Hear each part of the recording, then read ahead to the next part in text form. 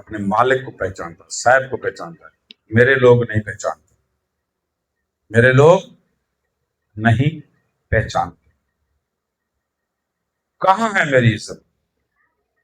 کہاں ہے میرا وقار؟ کہاں ہے میرا رتبہ؟ گویا کہ اس نے کہا کہ تسی گھوڑیاں تے کھوتیاں تو بھی گئے گزرے، ان میں سمجھ ہے، تم میں سمجھ نہیں ہے. ذرا یہ آیت پڑھیں گے اور آمین کہیں گے. سن اے آسمان اور کان لگا ہے زمین. آسمان کو اور زمین کو گواہ ٹھہرایا ہے. میں نے لڑکوں کو پالا اور پوسا، پر انہوں نے مجھ سے کیا کی؟ سرکشی کی. بیل اپنے مالک کو پہچانتا اور گدھا اپنے صاحب کی چرنی کو، لیکن بنی اسرائیل نہیں جانتے. خدا باپ ہے، دعا مانگتے ہیں، اور خدا باپ کی عزت ہم کیسے کرتے ہیں؟ اس کی بات مان کر یا اس کی بات کو نہ مان کر. ہمارا جو جسمانی باپ ہے وہ بھی خدا باپ کی مثیل ہے. اس کی بات کو ہم مان کر اس کی عزت کرتے ہیں یا نہ مان کر.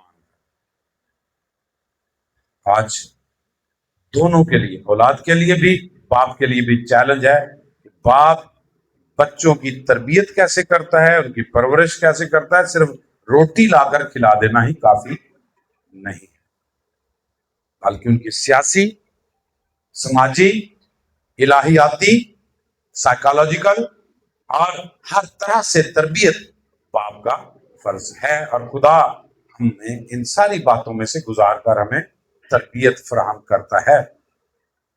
ضروری ہے کہ آج کی صبح ہم دیکھیں کہ ایک ایسا ایونٹ جو محض 110 سال پرانا نہیں، 16 سال، 116 سال پرانا، 1910 سے 2010 تک 100 سال ہو گئے، اگو 16 سال اور لا لو. ٹھیک ہے جی؟ اور کیلکولیٹر لے کے نہ بہ جو بھی صحیح ہے کہ غلط ہے. یا وہ بات زیادہ معتبر ہے جو ہمارے خدا باپ نے کہی ہے کہ اپنے باپ کی عزت کرو اور باپ کو اولاد کی تربیت کرو. ہم کیسے ان باتوں کو دیکھتے ہیں اور اپنی زندگی میں عمل میں لاتے ہیں؟ خدا اس کلام کے وسیلے سے آپ سب کو برکت دے. God bless you. میری طرف سے تمام باپوں کو بہت بہت مبارک ہو. خدا آپ کو